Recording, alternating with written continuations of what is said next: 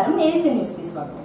హనుమత్ జయంతి సందర్భంగా సింగరకొండ శ్రీ ప్రసన్నాంజనేయ స్వామి వారి దేవాలయంలో శనివారం ప్రత్యేక పూజా కార్యక్రమాలు జరిగాయి.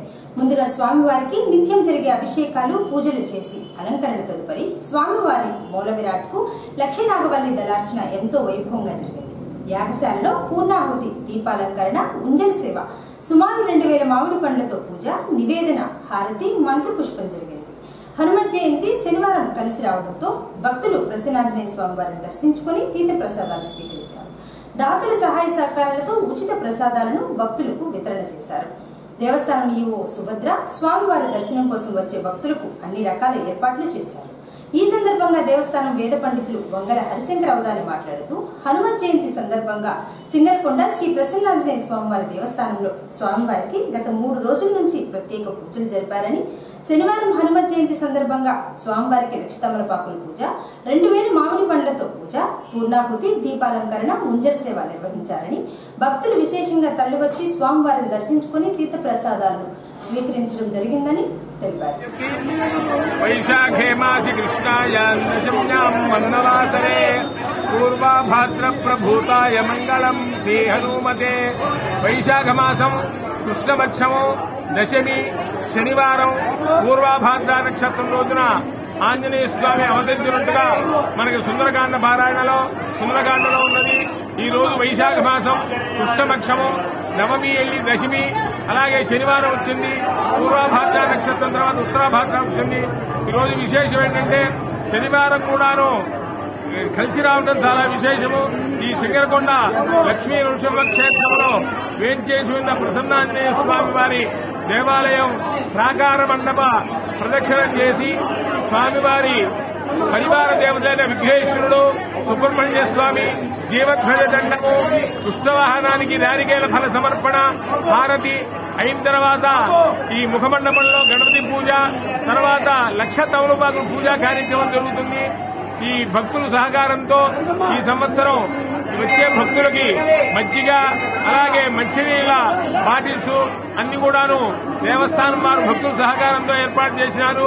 ఈ శనివారం నాడు వచ్చింది కాబట్టి ఈ సంవత్సరం చాలా విశేషము. ఎవరైతే హనుమత్ జయంతి రోజున స్వామివారి దర్శనం చేసుకుంటారో వారికి ముక్తి వస్తుందని మనకి సుందరకాండలో ఉన్నది. కాబట్టి ఈ స్వామివారిని దర్శనం చేసుకుని తీర్థప్రసాదం స్వీకరించి స్వామి అనుగ్రహం పొందవలసిందిగా కోరుతున్నాం.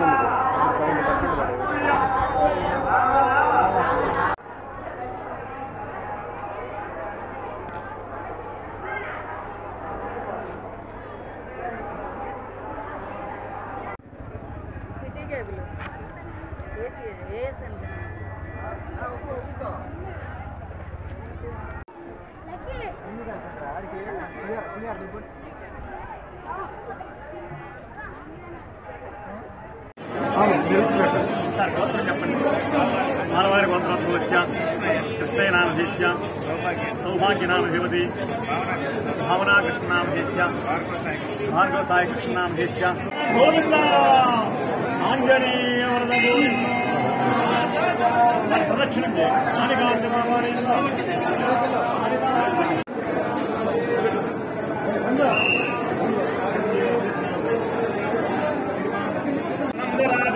సధమ్యాసవనేదే ఏకథా బ్రహ్మణ ఉపహరదే ఏకథైవ యజమానాదే వైశాఖే మాస కృష్ణాయాం దశమ్యాం మంగళవాసరే పూర్వాభాద్ర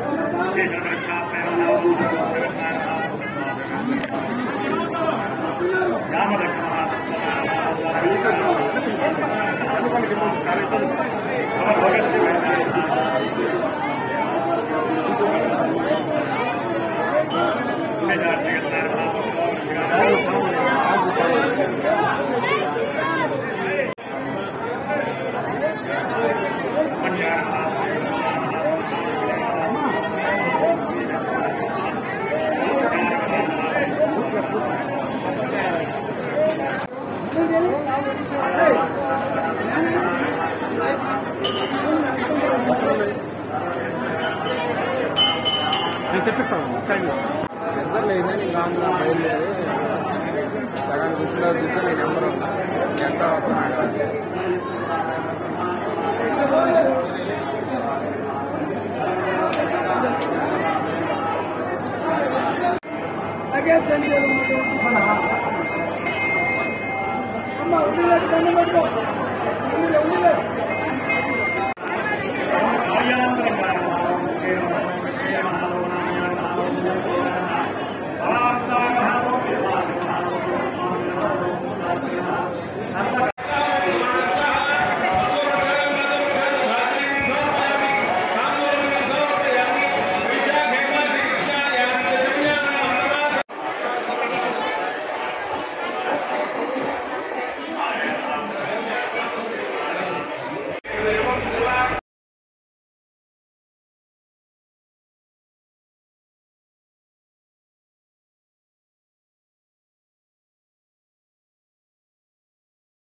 చారిత్రక ఆనవాళ్లను తనలో ఇముడ్చుకుని నాటికి నేటికి విరజిల్లుతున్న పట్టణం అద్దంకి గుండె చప్పుళ్లు అద్దంకి కథల పుస్తకమని వీరవల్లి సుబ్బారావు అన్నారు.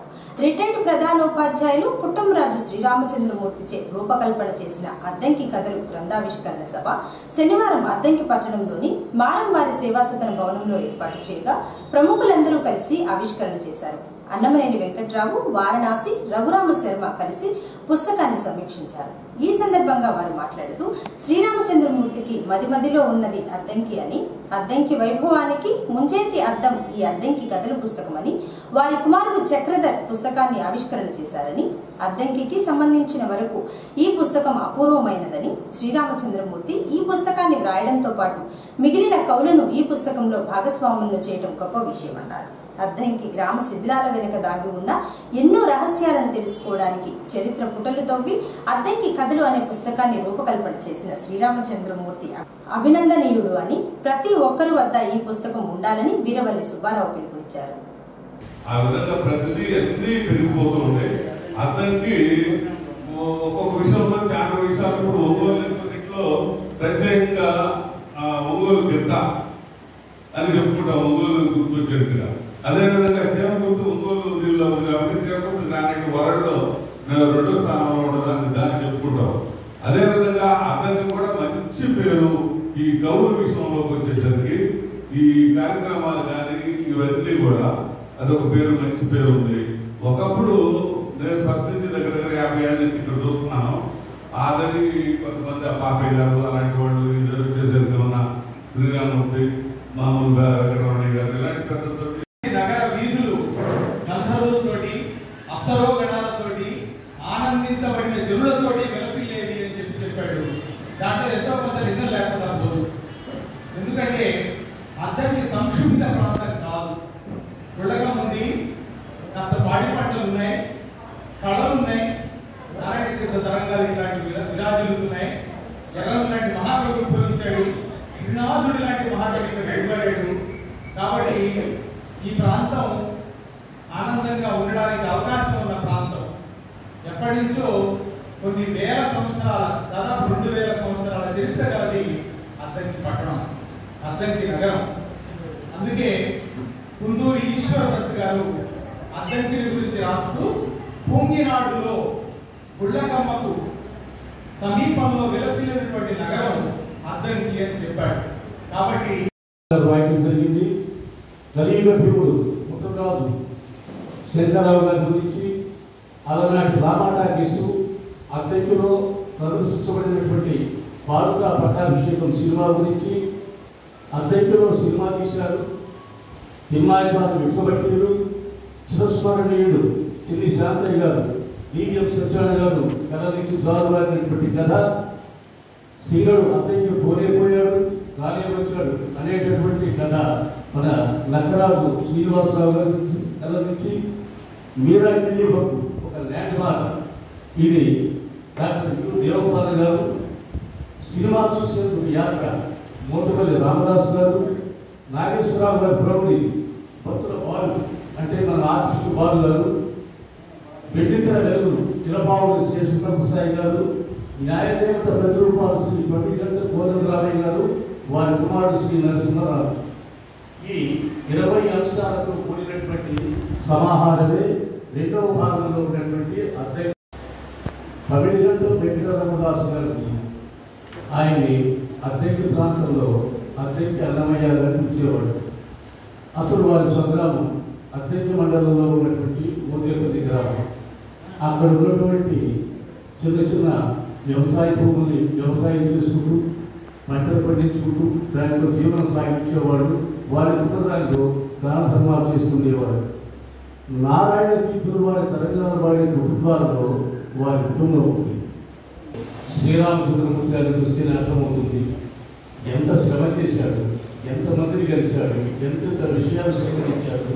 ఆ సేకరించిన విషయాలన్నీ ఇట్లాంటి పుస్తక రూపంలో మన అందరికీ అందించినటువంటి శ్రీరామచంద్రమూర్తి గారికి ముందుగా అభినందనలు తెలుపుకుంటూ ఈ పుస్తకంలో నిత్యాన్నదాత పమిడిగంట వెంకటరమణదాసు గారు, తర్వాత గొప్ప చారిత్రక పరిశోధకులు కోట వెంకటాచలం గారి గురించి, స్వాతంత్ర్యం కోసం సర్వం త్యాగం చేసినటువంటి కోట విశ్వనాథన్ గారి గురించి, అమరనాథ్ సభల కోట సుందరమ్మ గారి గురించి,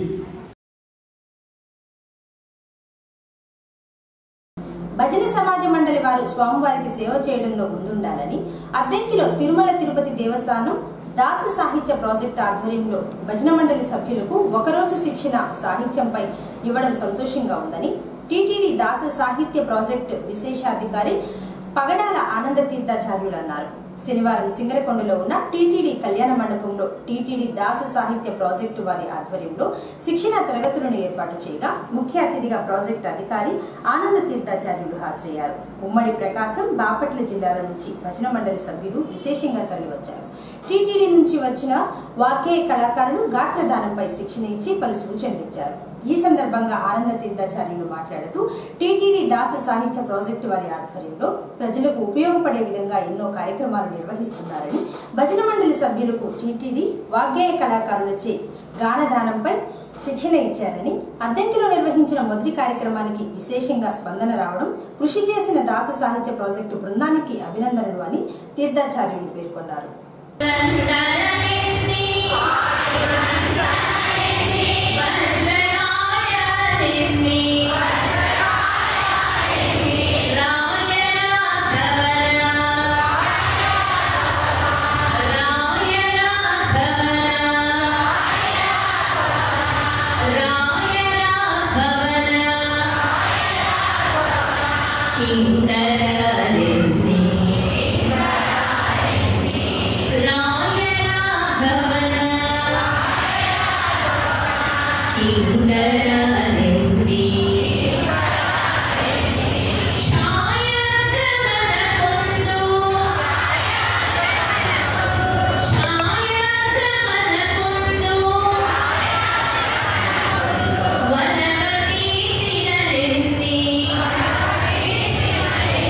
Chaya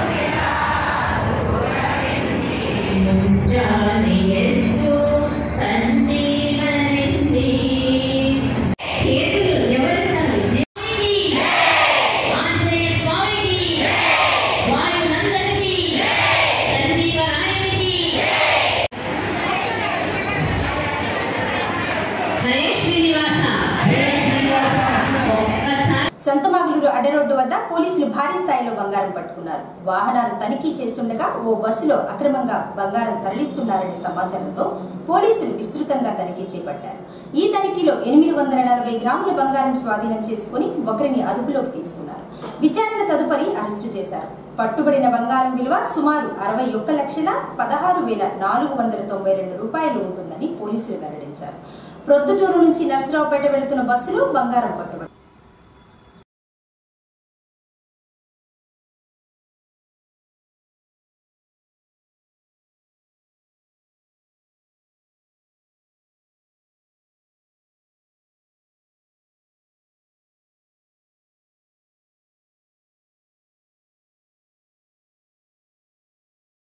హనుమత్ జయంతి సందర్భంగా అద్దంకి పట్టణంలోని మార్కెట్ యార్డ్ సమీపంలో ఉన్న పంచముఖ ఆంజనేయ స్వామి దేవాలయంలో సింగరకొండలో ఉన్న 99 అడుగుల అభయాంజనేయ స్వామి వారి దేవాలయంలో శనివారం ప్రత్యేక పూజా కార్యక్రమాలు జరిగాయి. ముందుగా స్వామివార్లకు అభిషేకాలు జరిపి అలంకరణ తదుపరి ప్రత్యేక పూజలు నిర్వహించారు. భక్తులు పూజా కార్యక్రమాల్లో పాల్గొని స్వామివారిని దర్శించుకుని తీర్థ ప్రసాదాలు అందజేశారు. పంచముఖ ఆంజనేయ స్వామివారి దేవాలయంలో సుమారు 400 నుంచి 500 మంది భక్తులకు దాతరి సహాయ సహకారాలతో తీర్థ ప్రసాదాల వితరణ జరిగింది. ఈ యొక్క వైశాఖ మాసంలో బహుళ దశమి రోజున హనుమత్ జయంతి, సాక్షాత్తు శ్రీరామచంద్రుని యొక్క బంటైనటువంటి ఆంజనేయ స్వామి వారి యొక్క పుట్టినరోజు. పూర్వాభాద్ర నక్షత్రంలో ఆయన జన్మించారు. కానీ ఈరోజు పూర్వాభాద్ర నక్షత్రం లేదు, నిన్న ఉన్నది. కాబట్టి నిన్న స్వామివారికి పంచామృతాలు కూడినటువంటి అభిషేకాన్ని కూడా సాయంత్రం పూట ఏర్పాటు చేయడం అయింది. అదే ప్రకారంగా ఈ హనుమత్ జయంతి రోజున శనివారం రావటం ప్రీతికరమైనటువంటి మహత్తరమైనటువంటి దివ్యమంగళకరమైనటువంటి మంచి రోజున కాబట్టి ఈ రోజున ఈ హనుమత్ జయంతి పర్వదినాన్ని పురస్కరించుకొని అశేషమైనటువంటి భక్తజనావళి అందరూ కూడా వచ్చి దివ్యమంగళకరమైనటువంటి ఆ పంచముఖ ఆంజనేయ స్వామి వారిని దర్శనం చేసుకుని తీర్థప్రసాదాన్ని స్వీకరించవలసిందిగా కోర్చు ఉన్నాం. జై శ్రీరామ్. శుభగుం శుభమస్తు. సమస్త సన్మంగళాని భవంతు.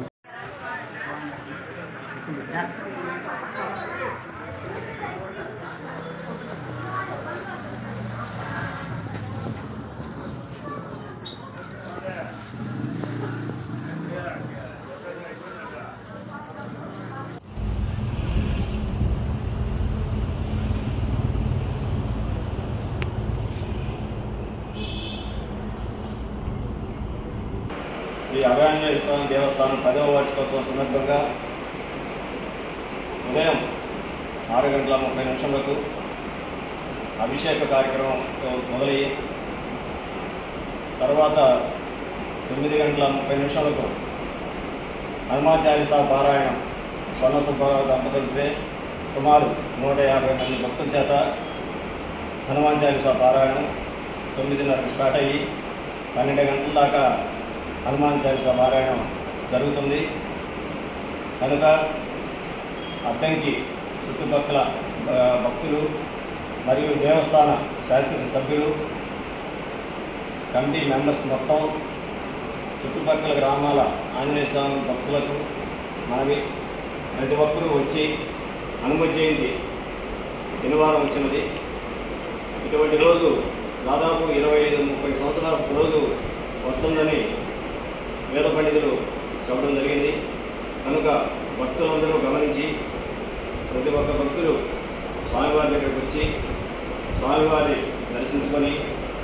ఏసీ న్యూస్ ఇంతటితో సమాప్తం. నమస్కారం.